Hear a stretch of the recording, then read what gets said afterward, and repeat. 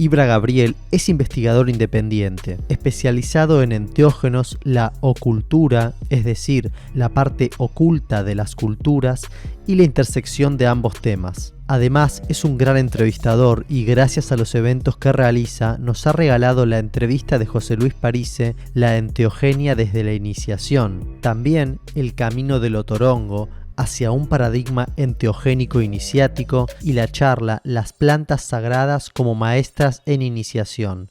También ha entrevistado a 2 enseñantes nivel supervisor de la Escuela Edipo de José Luis Parise, Damián Chiapela y Julieta Barreiro.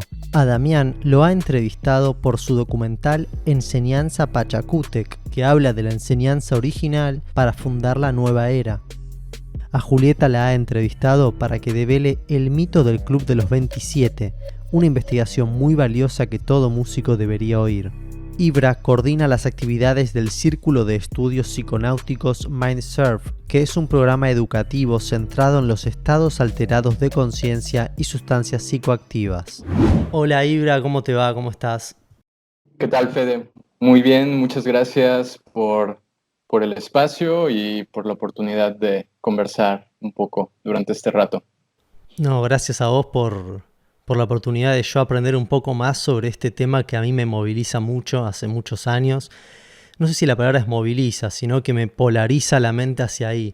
Y gracias a una conferencia que has dado en tu canal, creo que es tu canal de YouTube o el grupo que integras, MindSurf, es como que entendí que podía darle un uso a las plantas, en especial al cannabis, un uso ritual, un uso para ir más allá de, me fumo uno y me pongo a escuchar música y que pase el tiempo. Realmente me abrió un universo. Así que me gustaría empezar preguntándote, ¿qué es un ritual? Ok, pues muy buena pregunta, porque de hecho el concepto del ritual y la práctica del ritual han sido objeto, por un lado, objeto de estudio y por otro lado ha significado un recorrido personal, ¿no? Que es darse cuenta como occidentales que somos, estamos totalmente despegados de este concepto del ritual, de la práctica de un ritual, salvo que estudies antropología o historia y veas dentro de tu currículum académico materias donde se estudian el tema del ritual, es muy difícil que la gente se interese por estos temas. El ritual, una definición muy práctica que a mí me gusta mucho, la tomo de uno de mis escritores favoritos, que se llama Robert Anton Wilson, un filósofo estadounidense, y él definía el ritual como el equivalente de lo que para la ciencia es el experimento. Es decir, tenemos un mito o un paradigma como la ciencia que necesita una cierta práctica donde puede constatar si las cosas existen o no existen, o funcionan o no funcionan, y en la ciencia a eso le llaman experimento. Vamos a hacer un experimento de química, un experimento de física, etcétera. Dentro de diferentes corrientes mágicas, dentro de corrientes ocultistas, el ritual viene a ser ese momento, ese espacio temporal en donde el mago o el iniciado o el esoterista, etcétera, eh, pone a prueba X cuestión. Puede ser una invocación de algo que desea alcanzar, una evocación de algo o de alguien a quien desea llamar y traer a su realidad. En fin, una respuesta sencilla para no extendernos demasiado sería eso. Es el equivalente de lo que en la ciencia es el experimento. Y por otro lado, uno de los grandes estudiosos del chamanismo, Mircea Eliade, él hablaba del ritual como la repetición arquetípica de un mito. Es decir, un ritual es este momento espacio-temporal en el que nosotros, con una determinada intención, estamos reviviendo un mito preexistente. De hecho, Mircea Eliade llamaba el ilut tempus, decía él. Es decir, un tiempo que no tiene tiempo, un tiempo eterno, un tiempo atemporal, si queremos jugar con el oxímoron del concepto, ¿no? Un tiempo que preexiste, que nos antecede, y nosotros cuando hacemos un ritual estamos accediendo a este otro tiempo lo revivimos en cierta forma, revivimos todo su aspecto simbólico, arquetípico, y le damos una determinada intención, con diferentes finalidades, como estoy seguro que hablaremos a lo largo de esta charla. Claro, y a nivel, digamos, práctico, yo entiendo ritual, lo primero que me viene a la cabeza y supongo que a muchas personas es velas y una estrella de 5 puntas y invocar al diablo, digamos, es como lo que está en las películas, ese concepto. Y a nivel práctico, ¿qué papel cumplen los objetos, digamos, que se ve que utilizan las personas en rituales? Claro, eso, bueno, como decíamos, el ritual es una repetición de un mito. Entonces, los elementos que configuran un determinado ritual dependen del mito del que nos estamos basando. Por ejemplo, la magia ceremonial, formas clásicas de magia, lo más común es que los elementos que acomodan, que configuran en su espacio ritual, tienen que ver, por ejemplo, con los 4 elementos, ¿no? Con la tierra, con el aire, con el fuego, pero también pueden, dependiendo, digamos, el mito con el que estemos trabajando, van a ser los elementos. Yo, por ejemplo, durante mucho tiempo estuve también trabajando o estudiando otras formas de magia más posmodernas, digamos, como algo que se le conoce como la magia del caos. Y la magia del caos precisamente te enseña a que cualquier narrativa que exista en la cultura humana, cualquiera, puede convertirse en un mito y por lo tanto puedes acomodar tu ritual, digamos, de acuerdo a cualquier mito. Por ejemplo, pueden ser desde películas de Hollywood hasta historias de ciencia ficción, hasta personajes de cómics. Cualquier narrativa tiene esta cualidad de simbolizar para el psiquismo un mito y por lo tanto los elementos rituales van en función del mito con el que estemos trabajando. No es lo mismo hacer un ritual para el misticismo egipcio que hacer un ritual para la cábala, que hacer un ritual para la alquimia, etcétera. De acuerdo al mito con el que se esté trabajando, se utilizan estos elementos. Claro.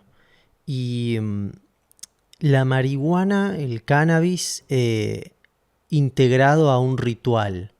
Ese es el uso milenario, eso es compatible, digamos, ahora que lo que ubicaste como ritual me doy cuenta que en realidad la marihuana y prácticamente todo lo que uno hace es un ritual. Entonces cualquier persona fumando en cualquier contexto sería un ritual, ¿es correcto eso? Yo lo reformularía un poco. Yo diría que puede ser un ritual. No necesariamente lo es, sino que puede ser.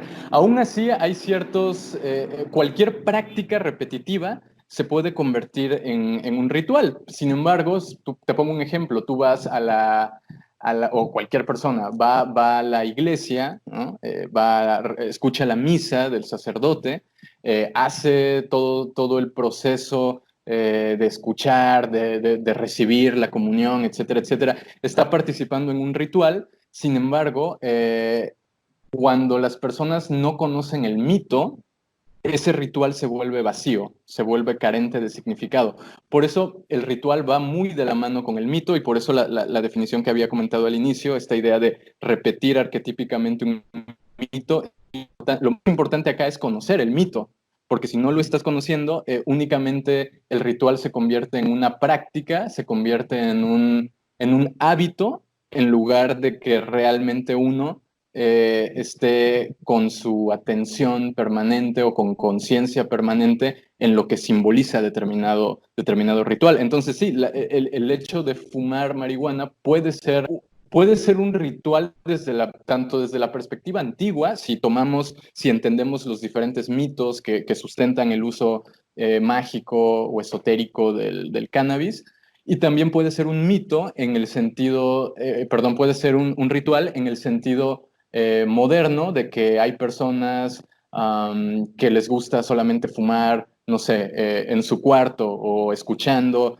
su disco favorito o solamente con sus mejores amigos, pero no pueden fumar con otras personas en la calle, afuera, etcétera. Entonces nosotros inconscientemente tenemos una serie de actividades que ya tenemos la costumbre o el hábito de necesitar estar con ciertas personas o rodeado de ciertos elementos para que nosotros podamos llevar a cabo esa actividad de forma, eh, sí, de forma aceptable para la persona, digamos. Claro. ¿Y qué, qué vendría a ser un mito? ¿O cómo sé a qué mito estoy respondiendo? ¿O cómo elijo mi mito? El mito que yo quiero, digamos. ¿Qué viene a ser un mito? Bueno, un mito es básicamente algo que se toma por verdad, que lo toma por verdad tanto el consciente de la persona como el inconsciente de la persona. La cuestión interesante acá es que los mitos provienen desde tiempos ancestrales y hablamos de épocas en las que no existían los conceptos de consciente e inconsciente. Todo se trabajaba en el terreno de lo humano y de lo divino. Entonces, nosotros sabemos del consciente y del inconsciente básicamente de Freud para acá, pero las culturas que existieron anterior a esta época, a la época freudiana, por ejemplo, no tenían una interpretación psicológica o psicoanalítica de estos procesos, de los procesos psíquicos, de los procesos mentales, y se referían a esto, al mito, como una historia que los conectaba con la divinidad, por ejemplo, con lo sagrado, con el inicio de los tiempos. Casi siempre el mito tiene un factor de fundación, o sea, el mito funda lo que para una cultura o para un individuo o para un grupo social pasa a convertirse en la verdad. Por ejemplo, los romanos tenían este mito de Rómulo y Remo como los dos fundadores de todo lo que después se convirtió en la cultura romana. Entonces, más allá de que la historia pueda decir, estos personajes son una invención, no existe evidencia histórica de que ellos existieran tal y tal, es un error quedarnos analizando eso porque los romanos están hablando de un nivel mitológico, que es un nivel que antecede a los conceptos de verdad y de falsedad.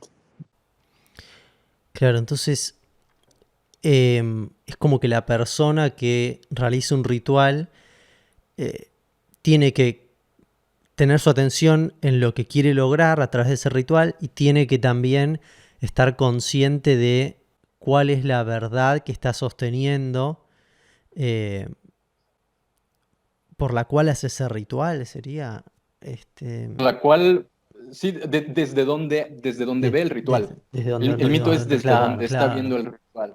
Y el tema con la sociedad moderna, occidental, es que hay un concepto de un filósofo, de Max Weber, que él llama el desencantamiento del mundo. Toda la sociedad occidental ve la realidad y ve el mundo desde una perspectiva de desencanto, en la cual lo sagrado, lo divino, prácticamente no existe. Entonces nosotros todas nuestras actividades las vemos desde una perspectiva lineal, fría, seca, frívola.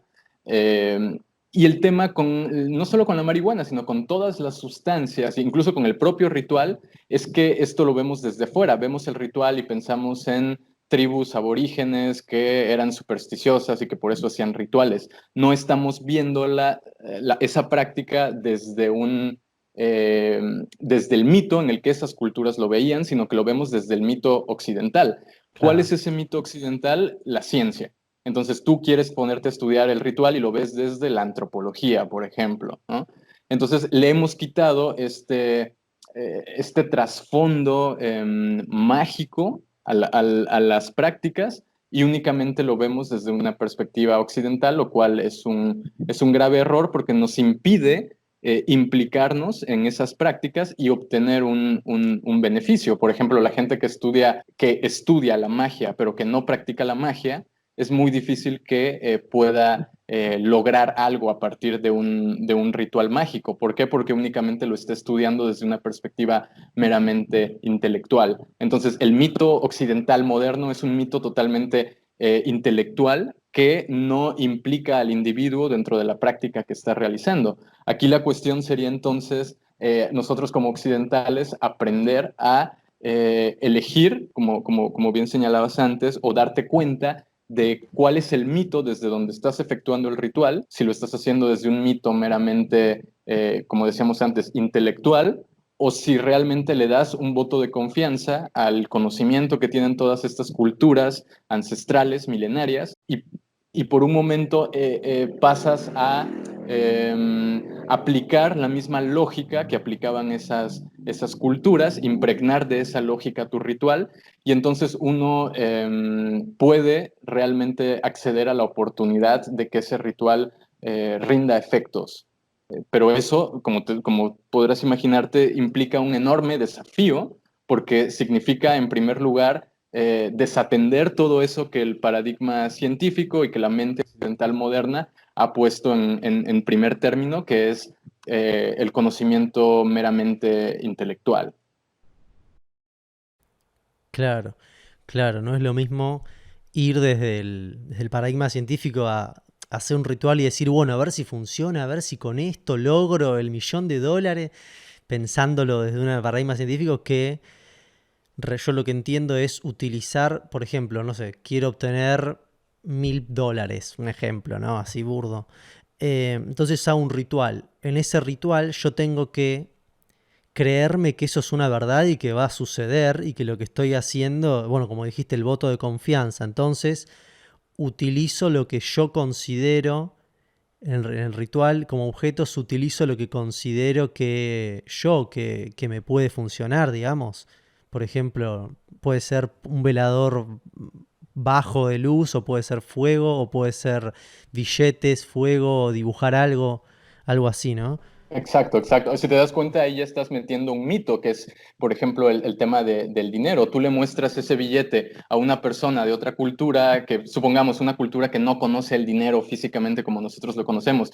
Para esa persona es un pedazo de papel. Es más, para esa persona incluso podría representar el espíritu del árbol del cual se produjo el papel.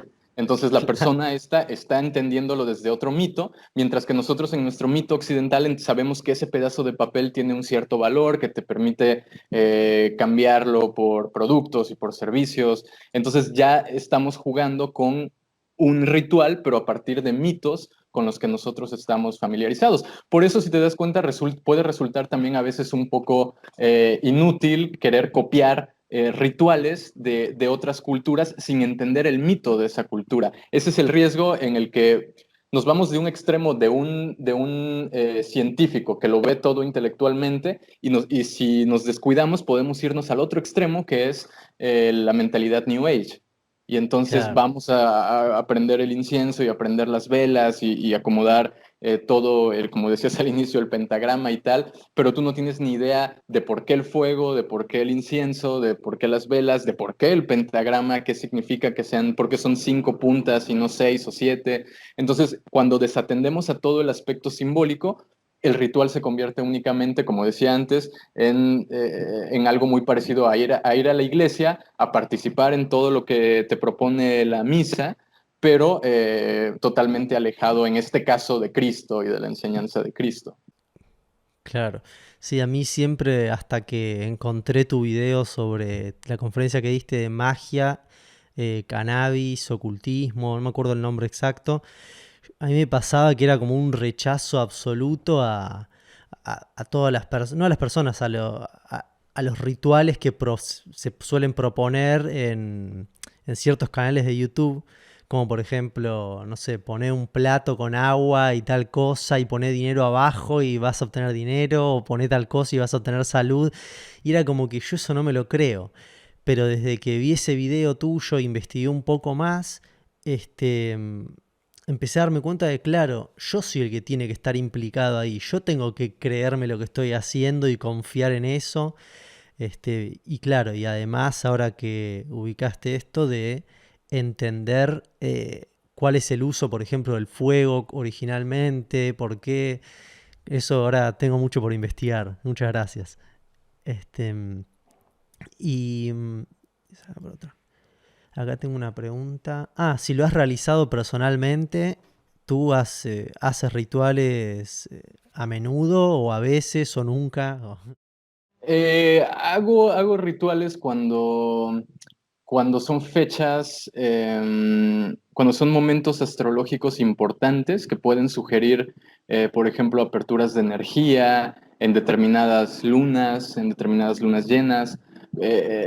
Aquí uno puede valerse de diferentes sistemas, o sea, puedes acudir a la astrología tradicional, puedes acudir al calendario maya, puedes acudir a diferentes sistemas y cada uno de estos sistemas te dicen, bueno, en determinada fecha se abre un portal para tal cuestión. Entonces tú utilizas esa predisposición, utilizas una fuerza que ya está, digamos, orientada a que en determinada fecha va a favorecer, no sé, el concepto del perdón. Entonces puedes hacer un ritual que esté enfocado en el perdón, porque hay un mito, X sistema que te dice tal fecha es adecuada para el perdón. Puede haber otra fecha que te diga que está enfocada en la riqueza, entonces puedes hacer un ritual para la riqueza. Se trata de integrar por un lado el mito y por otro lado el objetivo, el resultado, la invocación y lo que une ambos conceptos, el mito con lo que tú quieres como persona, lo que se encuentra en el medio, vendría a ser el ritual, como un Claro. ejercicio que por un lado conjuga elementos simbólicos que son los que corresponden al mito y por otro lado conjuga elementos terrenales, densos, físicos, que vienen a ser las cosas que uno quiere realizar en el mundo. De una manera muy similar a lo que plantea, por ejemplo, la cábala hebrea con el árbol de la vida, que en la zona superior pues están los niveles, los reinos más sutiles, y en la zona inferior se encuentran los reinos más cercanos a lo material, a lo denso, a lo físico. Entonces, claro, el Sí. ritual es una súper herramienta porque te permite anclar en lo denso ciertas cosas que existen en los planos simbólicos o espirituales, como querramos llamarles. Claro, está clarísimo. Va, para mí está clarísimo. Y el uso del cannabis en la antigüedad, digamos, se utilizaba de esta manera en forma de ritual, las personas, porque está como la visión esta de la pipa de la paz y en forma de ritual alrededor del fuego. ¿Este era el uso, digamos, antiguo, milenario? ¿O No. había varios? ¿O había varios? Habían varios, sí, habían varios. Por un lado, el cannabis o sea, es una planta tan bondadosa que tiene diferentes usos. Por ejemplo, el hemp, que es el cáñamo, lo que se le conoce como cáñamo, Sí. que es esta variedad no psicoactiva del cannabis, se utilizaba incluso vamos, el primer registro arqueológico del uso del cannabis tiene que ver con cuerdas de cáñamo, cuerdas que probablemente tenían un rol para atar caballos o alguna cuestión de estas, y se remontan a más de 20.000 años de antigüedad. Entonces, estamos hablando de que al menos de que conocían la planta desde hace mucho tiempo atrás.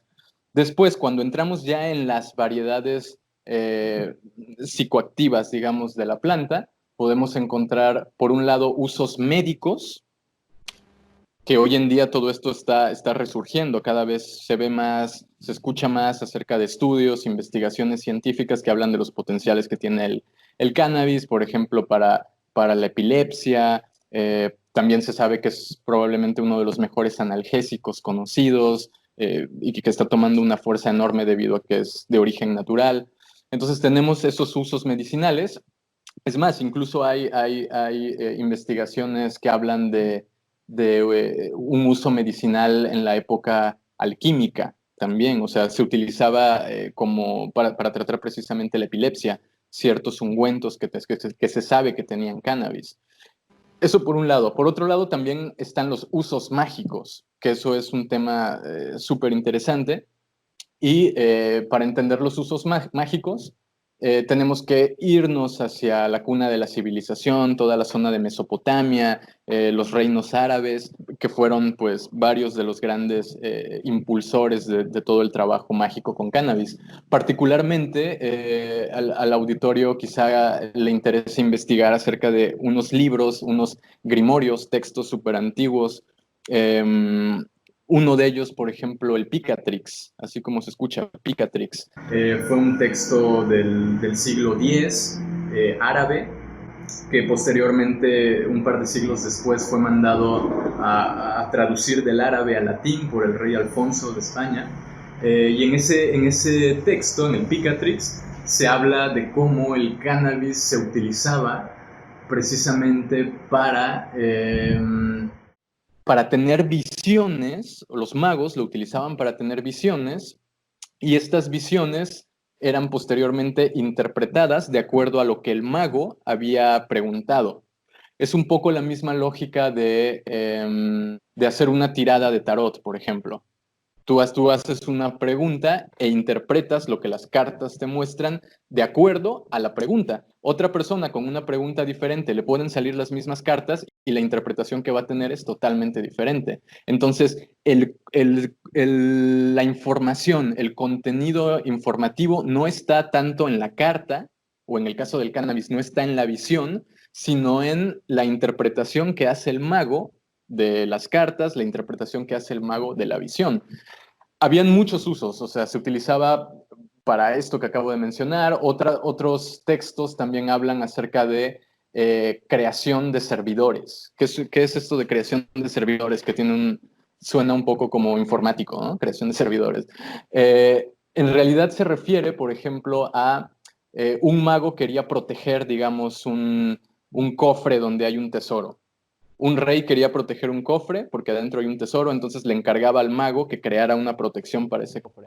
El mago lo que hacía era, mediante un ritual, se inducía a un estado de trance, y en este estado de trance, donde el cerebro está funcionando de una manera distinta, donde la parte del consciente se enlaza con la parte del inconsciente y la persona expande su conciencia, lo que se produce a partir de este estado es que el sacerdote o el mago invocaba o creaba, de acuerdo al tipo de magia que practicaba, a un determinado ser, y le encomendaba a este ser la tarea o la misión de proteger ese cofre. Entonces, o incluso también hay registros de que se creaban estos seres para los magos de un determinado reino, para asesinar a magos de otro reino o para asesinar al rey de tal otra ciudad. Entonces tenían funciones muy variadas, digamos.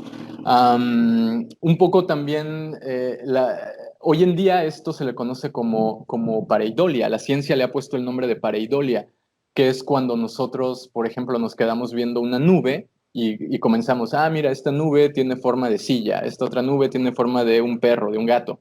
Ese principio psicológico de encontrar patrones en donde aparentemente no hay patrones, la ciencia, la psicología le llama pareidolia. Es el mismo fenómeno que ocurría cuando un mago se inducía a un estado de trance y en un estado expandido de conciencia comenzaba a ver ciertas formas.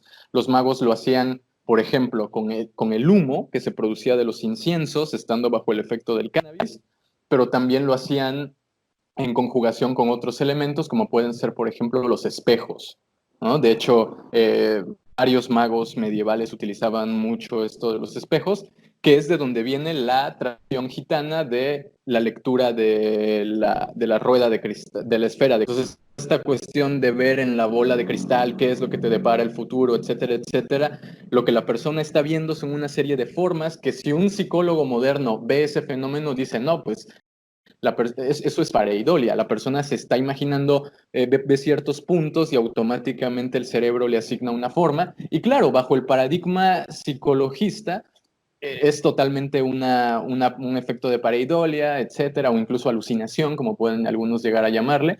Pero en el fondo, volvemos a lo que comentábamos al inicio de la charla. El mito desde donde el mago está haciendo esa práctica es un mito muy diferente al mito desde el cual el psicólogo observa ese fenómeno. Al punto tal que incluso la propia ciencia, la neurociencia, la psicología, todavía no tienen muy en claro cuáles son los procesos cerebrales por los cuales una persona puede llegar a tener una alucinación o una visión. Alucinación es sencillamente la etiqueta que la ciencia le pone a ese fenómeno, pero en el fondo no sabemos qué es una alucinación, no sabemos cómo se produce una alucinación, mucho menos sabemos cuál es el propósito de que de pronto alguien alucine, como es el caso, por ejemplo, de las personas que pueden tener ataques epilépticos, o las personas que tienen esquizofrenia, ¿no? En la antigüedad, las personas esquizofrénicas eran los que se convertían en chamanes, eran los que se convertían en magos, en sacerdotes. Sin embargo, en nuestra cultura, pues sencillamente los encerramos, los medicamos con un montón de sustancias que lo que van a hacer es inhibir la producción de ciertos neuroquímicos y al inhibir eso tapas el síntoma, pero no estás yendo a la raíz del síntoma. Y así como no vas a la raíz del síntoma, de esa misma forma la ciencia tampoco puede entender por qué se produjo determinada visión o qué quiere decir determinada visión. Sencillamente le pone una etiqueta, alucinación. Y la cuestión aquí con la magia, con los magos o con los paradigmas mágicos, es que ellos tenían muy en claro el paradigma desde el cual entendían ese fenómeno, que era básicamente entender lo que yo veo de acuerdo a lo que estoy invocando y a partir de eso elegir, empezar a tomar acciones, desenvolverse en el mundo real, en el mundo denso, en el mundo físico, que es algo muy diferente a esta idea de vagar únicamente a nivel mental y no poner los pies en la tierra y no ponerse en la acción. El mago por excelencia es una persona que juega en los dos mundos, en el mundo espiritual y en el mundo físico, al igual que el chamán también. Recién se me ocurrió una pregunta que tiene que ver con los sigilos mágicos porque los habías mencionado y yo después investigué un poquito. Lo mencionaste justo en el final de la última charla, de la charla de magia, ocultismo y cannabis. ¿Te gustaría hablar de ese tema o no estás interesado en hablar de los sigilos? No, por supuesto, porque los sigilos es justo una manera muy práctica valga la redundancia, de poner en práctica todo lo que hemos estado hablando. Claro. El concepto de los sigilos se pueden rastrear hasta muchas formas de magia antiguas. Pero en Occidente, el mago que hizo famoso todo este tema fue un ocultista británico, si no recuerdo mal, o estadounidense, creo que era británico, llamado Austin Osman Spare. Y Austin Osman Spare, él estuvo involucrado con la magia de Aleister Crowley y todos estos ocultistas muy, muy oscuros, ¿no? Y bueno, lo que Osman Spare descubrió es que las invocaciones se mueven, como decíamos antes, entre el terreno de lo consciente y del inconsciente, al igual que el efecto que generan todas estas sustancias, te generan un efecto de vagar entre dos mundos, entre lo dormido y entre lo despierto, entre lo consciente y lo inconsciente. Y entonces, como hablamos de que por lo regular la parte consciente establece ciertos bloqueos para accesar al inconsciente, porque nosotros para poder sobrevivir en el mundo denso físico de todos los días necesitamos emplear la parte consciente, la parte inconsciente solamente en los momentos en los que estamos dormidos, etc. Entonces lo que Osman Spare descubrió es que para accesar al inconsciente lo mejor es hacerlo a través de símbolos. Otro gran investigador en esto fue, por ejemplo, Carl Gustav Jung. Jung descubrió que precisamente el lenguaje de los símbolos puede servir como una llave de acceso entre el reino del consciente y el inconsciente.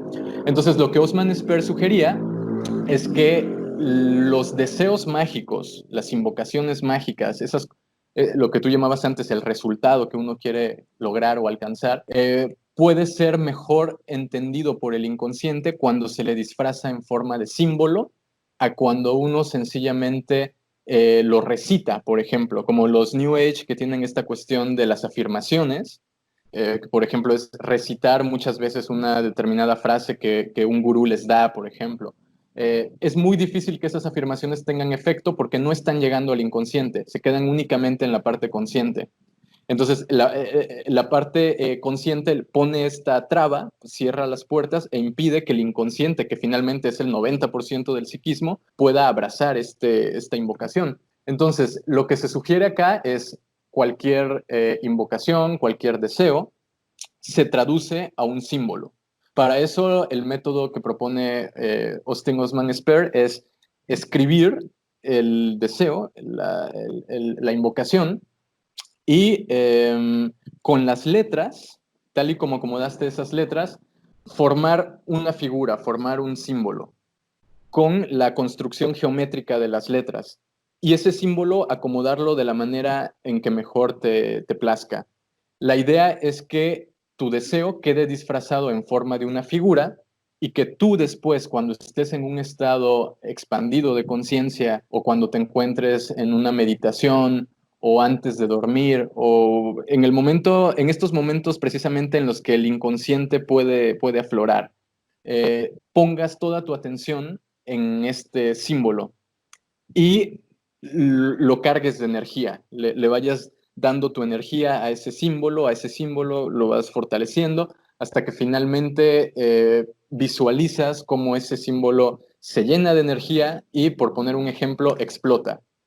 Entonces, en ese momento se considera que ese deseo, digamos, ha sido enviado, como enviar un mensaje de celular, ¿no? Escribes el mensaje y le picas en el botón de enviar, es lo mismo. En este caso, el mensaje es el símbolo codificado y en el momento en el que lo cargas con tu energía es como si le apretaras el botón de enviar y ese mensaje le llega, por decirlo de alguna forma, le llega al universo y ya depende de tu poder como mago, de que también hayas escrito o no ese mensaje, que la otra persona, en este caso el universo, atienda a la información que tú le has proporcionado. Entonces, obviamente, cuando uno hace estos ejercicios desde un estado consciente, se envía cierto porcentaje de la información, pero mientras más en contacto estés con el inconsciente al momento de enviar ese mensaje, puede que tengas más probabilidades de éxito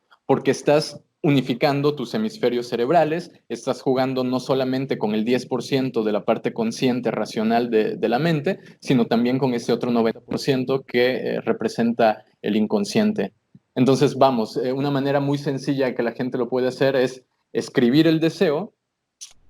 Otro punto intermedio ahí que no viene de Austin Osman Spare, pero que creo que es muy importante mencionar, es el trabajo, por ejemplo, de José Luis Parise. José Luis Parise pone mucho énfasis en la escucha y en cómo lo que a veces uno cree decir con la palabra no es lo que uno cree que dice, sino otra cosa, ¿no?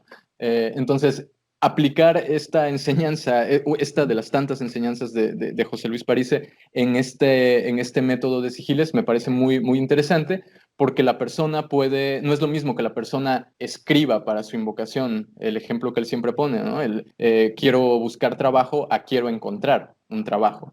Entonces, cuando la persona empieza a aplicar esta cuestión de que si lo que realmente escribió es lo que quiere decir o no, a partir de ahí puede mejorar también la efectividad con la que estos sigilos mágicos pueden funcionar.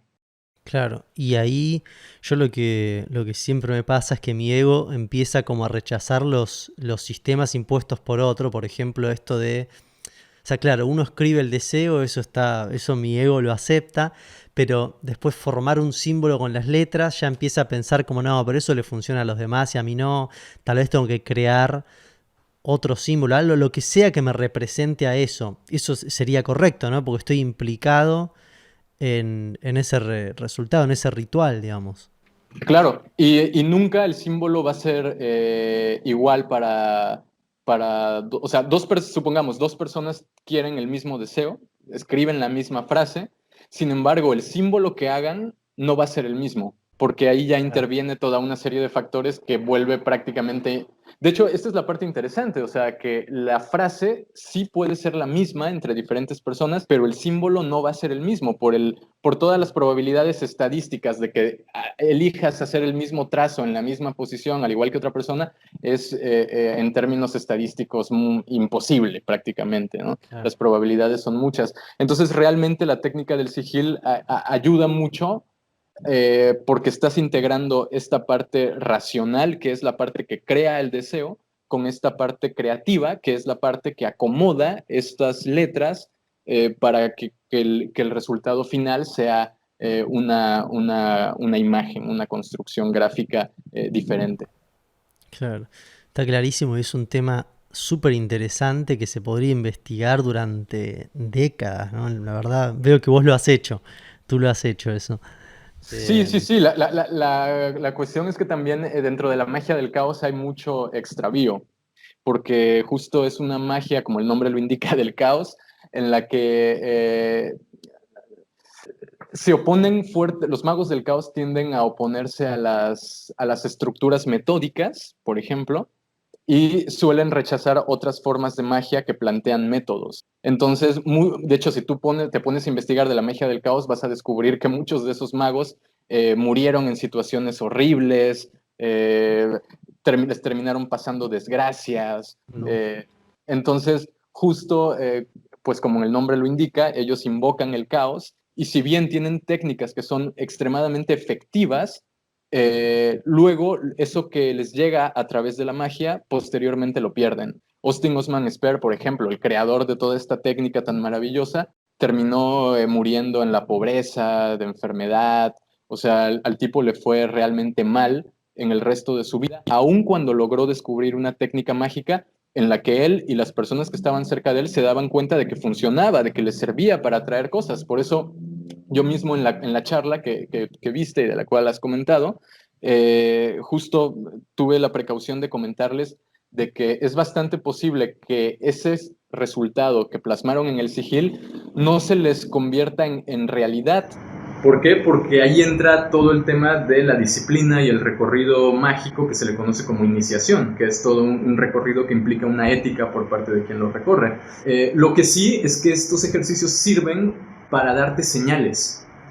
Y cuando tú ves que quieres ganar $1,000 y haces tu sigil y de repente, supongamos, te llegan los $1,000, pero a la semana te pasa algo con lo que pierdes $2,000. Ok, no te sirvió para alcanzar el resultado, pero sí te sirvió para darte cuenta que la magia, que número uno, que la magia existe, que los rituales funcionan, y a partir del entusiasmo que se genere gracias a haber visto que esto funciona y que tiene una cierta lógica congruente, la persona puede voltear a ver otras formas de magia, otros paradigmas mágicos donde se le permita hacer todo un recorrido mediante el cual pueda llegar en algún momento a concretar ese resultado. Entonces, todas estas técnicas como los sigiles pueden servir sobre todo para personas que están iniciándose en el camino de la magia o para personas que tienen esta duda válida, esta duda entendible, racional,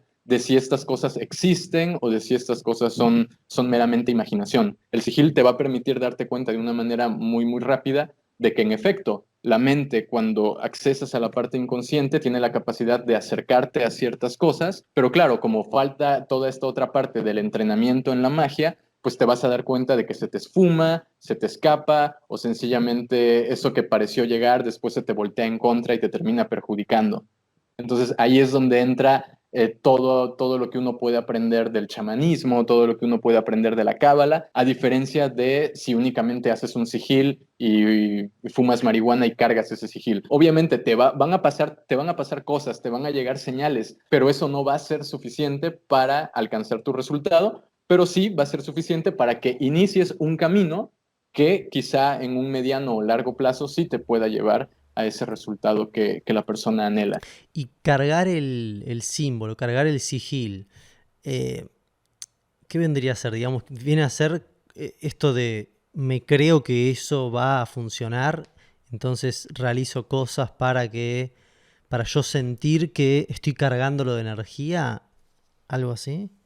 Sí, exacto. La técnica más básica es visualizar. Visualizar el símbolo y bueno, aquí entra el tema de no solo de la marihuana, sino de muchas otras sustancias. Bajo el efecto de cualquier o de muchas sustancias psicoactivas, el cerebro empieza a crear, por decirlo de alguna forma, eh, ciertos patrones visuales, ciertos colores, ciertas visualizaciones. Entonces, cuando tú enfocas y envías toda esta energía hacia el símbolo, eso es cargarlo de energía. Eso se puede complementar con muchas otras técnicas de respiración, técnicas de meditación, incluso con la propia energía sexual al momento de las prácticas sexuales. También, o sea, la cantidad de energía que uno está moviendo en ese momento se puede enfocar directamente en el símbolo que contiene tu resultado o tu deseo. Eso es una técnica muy conocida en diferentes, por ejemplo, en el tantrismo, que quizá es una de las más famosas. Claro.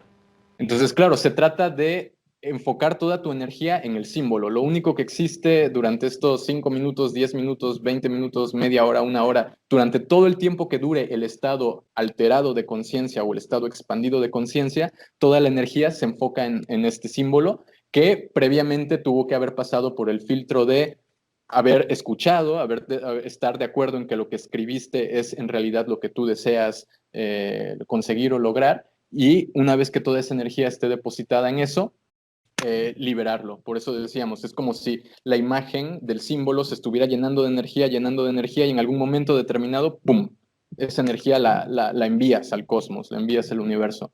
Y las personas, realmente, o sea, de verdad, las personas pueden darse cuenta de que al poco tiempo de hacer esos ejercicios empiezan a pasar cosas. O sea, en mi experiencia puedo decir, o sea, que las veces que yo hacía este tipo de ejercicios, la principal forma con la que yo me daba cuenta de que habían funcionado es que empiezan a ocurrir sincronicidades. Claro. Pero realmente al punto tal de que muchas veces ocurrían durante la misma experiencia. Muchas veces Claro. yo hablaba de la sincronicidad con un amigo estando en este mismo estado, y cuando estábamos en ese estado hablando de eso, en ese preciso momento ocurría una casualidad, ocurría una sincronía. Y es como si el universo te estuviera diciendo, ok, mensaje recibido. Esas son las cosas que uno tiene, pero claro, como lo estoy viendo desde un paradigma mágico, le otorgo un cierto valor a la sincronía. Si yo no lo veo desde un paradigma o desde un mito mágico y lo veo sencillamente como una casualidad, en el sentido ordinario que normalmente la gente le asigna a las casualidades, pues sencillamente esa experiencia no va a tener valor alguno. Por eso Claro. es muy importante lo que decíamos al inicio, tener muy en claro el mito, tener muy en claro lo que quiero lograr, y en función de esas dos cosas, crear el ritual donde ya interviene toda esta cuestión del sigil, donde ya interviene, bueno, quiero expandir mi conciencia para que pueda penetrar al inconsciente y que no rebote en la parte consciente, entonces ya puedo hacer uso de la marihuana o de cualquier otra sustancia que finalmente me va a inducir a un estado alterado. Nosotros como occidentales no tenemos que tenerle miedo a los estados alterados. Lo que pasa es que como vivimos en una cultura que básicamente promueve solamente un estado de conciencia, que es el estado ordinario de vigilia, desestimamos todos esos otros estados, incluso los sueños, decimos que no tienen valor o importancia, hasta lo utilizamos como un despectivo, esos son, nada más son tus sueños, ¿no? Hablamos de los sueños como si fueran cosas sin valor, pero cuando realmente volteamos a ver a las culturas que más conocían de estos temas, vemos que son culturas que forzosamente utilizaban estos otros estados. La diferencia es que, a diferencia de nosotros que utilizamos estos estados en el mejor de los casos para divertirnos, en un sentido lúdico, fumar marihuana únicamente para pasar un buen rato, ellos utilizaban estas mismas plantas, estos estados de conciencia, para acceder al inconsciente, aun cuando ellos no conocieran el concepto del inconsciente que a nosotros se nos reveló a partir de Freud. Claro, clarísimo, clarísimo. Se nos está yendo la hora, pero es muy interesante. Yo quiero contar para las personas que están viendo, quizás haya algún interesado en esta experiencia que tuve, que gracias a lo que Ibra ubicó en la conferencia que vi, de la cual mencioné varias veces acá en esta entrevista, yo me decidí porque, bueno, yo básicamente tuve una cierta adicción a la marihuana, a la que no la podía dejar, la usaba para evadirme a mí mismo durante mucho tiempo, durante varios años. Al principio me hacía bien, después lo usaba para evadirme, después la dejé por un año aproximadamente. Y luego volví, pero muy, muy cada tanto, no me hacía un buen efecto, era como mi ego va hacia ahí, pero no me está haciendo bien.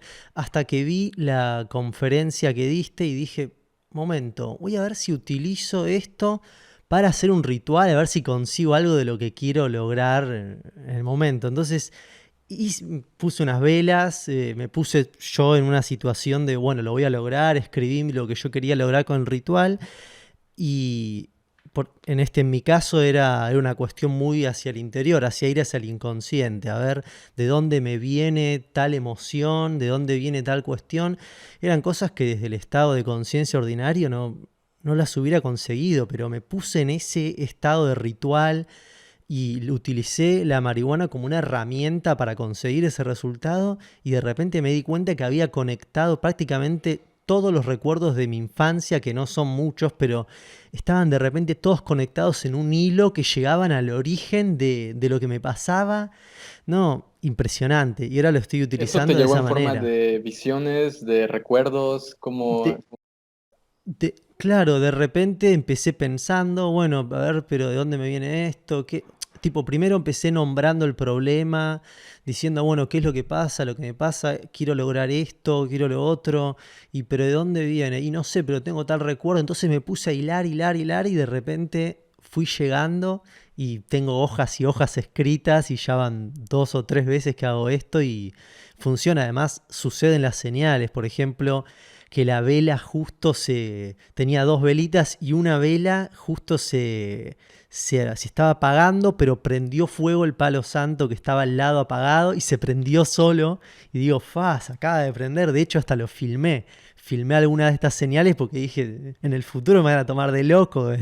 Pero no, sucede y esto funciona. Sí, sí, sí, genial. Es Lo has impresionante. descrito tal cual. Justo a ese tipo de situaciones me refería con señales. O sea, empiezan a pasar esas cosas, o Claro, se cae, claro. escuchas un ruido y luego justo ese ruido ocurrió en el momento en el que yo estaba pensando en tal palabra, en tal concepto. Entonces, de pronto descubro que ese Totalmente, concepto me totalmente. lleva a otra cosa y de pronto me llega un recuerdo que tengo asociado a ese concepto y gracias a recordar eso, descubro algo que me ayuda para alcanzar eso que estoy queriendo alcanzar. Entonces, realmente me encanta que hayas puesto Totalmente, esta parte totalmente. práctica, porque esa es tal cual, es así como empieza a ocurrir. Las sincronicidades se manifiestan en el Claro, momento en el que uno cambia claro, de mito y con el ritual anclas estos dos mundos, lo que quieres lograr y lo que estás invocando. ¿Ah? claro. Y tengo otra pregunta que tiene que ver con algo que subiste hace poco, que es ¿qué es el Círculo de Estudios Psiconáuticos de Mindsurf?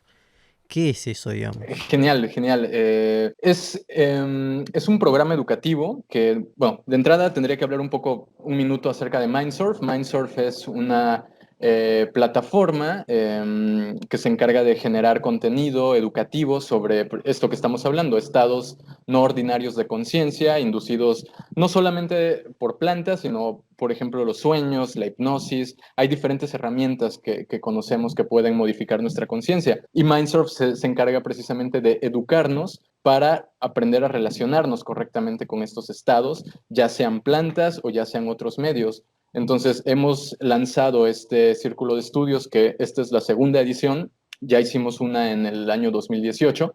El programa está coordinado por Karina Malpica, que es una investigadora muy reconocida a nivel Iberoamérica.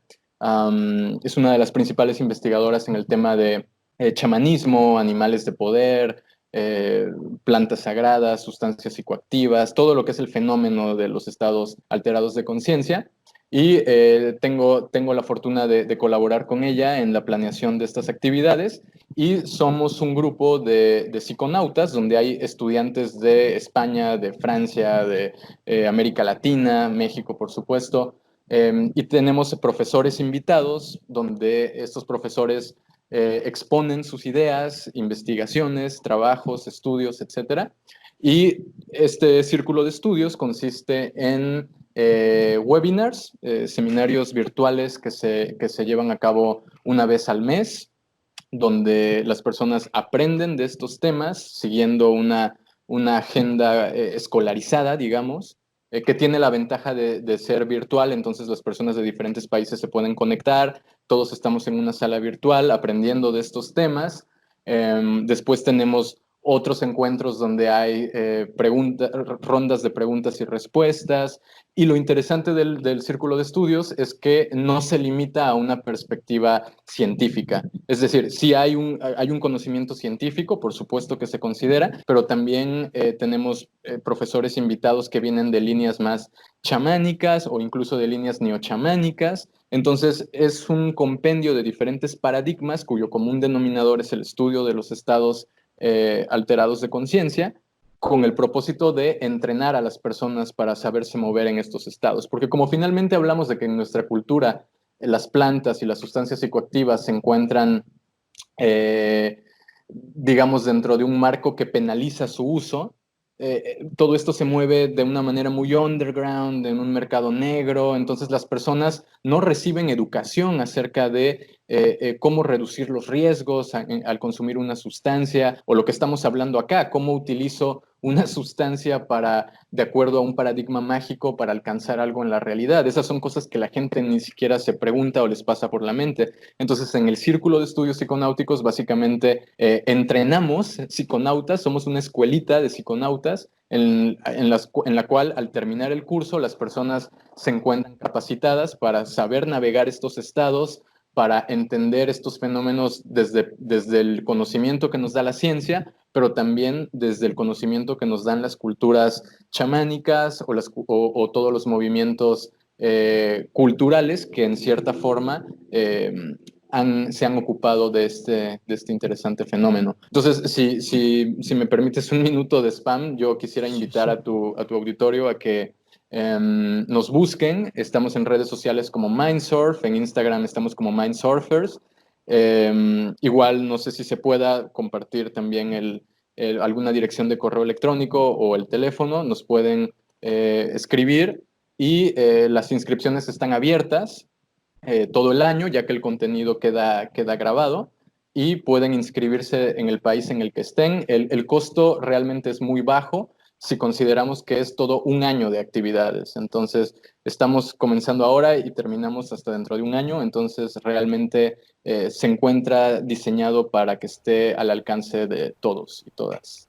No, impresionante, es realmente muy interesante y a mí hasta me emociona porque yo me acuerdo cuando tenía 18, 19, 20, 21, 22, 23 que estaba con el tema de los sueños lúcidos, la ayahuasca y un montón de cuestiones y había un grupo de amigos y que nos íbamos juntando que se llamaban los ensoñadores y compartíamos experiencias, tratábamos de hacer algún tipo de ritual, pero tampoco es que en esa época había tanta información y no éramos tampoco tan despiertos como tú de ir a libros, investigar, no estábamos tan enfocados, me parece. Pero es emocionante ver realmente lo que están haciendo, está buenísimo, está muy bueno. Sí, muchas gracias. Justo uno de otro de mis escritores favoritos, Terence McKenna, decía, el primer lugar al que debes de ir antes de probar cualquier sustancia es la biblioteca, haciendo referencia justo a esto. Antes de meterte en estos estados, es muy recomendable que te empapes de todo el conocimiento que hay con respecto al tema, para que de esa forma no sea nada más una experiencia visionaria muy bonita a nivel estético, sino que también tengas todo ese otro bagaje intelectual, digamos, que te permita sustentar esa experiencia que tienes, porque uno de los principales fenómenos que ocurre es que la gente va a una toma de ayahuasca, tiene una experiencia muy bonita y tal, o muy fea, muy fuerte, y el problema es integrar eso que vivió en las experiencias, cómo le doy sentido a esas visiones que tuve.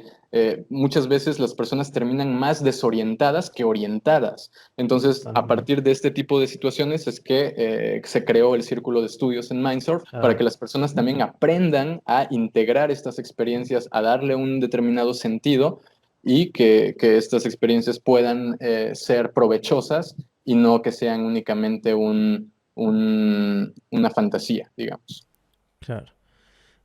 Sí, yo precisamente por una experiencia, digamos, negativa, que en realidad ahora la resignifico como algo muy positivo que me cambió la vida, fue que me alejé bastante de ese camino de experimentación de la conciencia. Fue algo muy choqueante en ese momento y yo no estaba preparado y estaba jugando con fuego, digamos, jugando con algo muy poderoso y no me funcionó muy bien. Aunque después, gracias a esa experiencia quedé tan desorientado que terminé encontrando la enseñanza de José Luis Parise con el tiempo, a los pocos días, así que digamos que pude aprovechar eso. No, pues tuvimos historias muy parecidas. Yo también tuve ¿Sí? una experiencia muy, muy fuerte. No fue con marihuana, pero sí fue con LSD. En mi primera experiencia con LSD pasé por algo muy parecido a una experiencia cercana de muerte y terminé en un estado en el que no podía entender lo que había ocurrido, pero en efecto, gracias a hacer esta experiencia me orilló a hacer todo un trabajo interior que después me llevó a encontrar cosas muy benéficas. Claro. Bueno, ya tenemos también para seguir charlando, así que vamos a terminarla acá porque ya va 1 hora.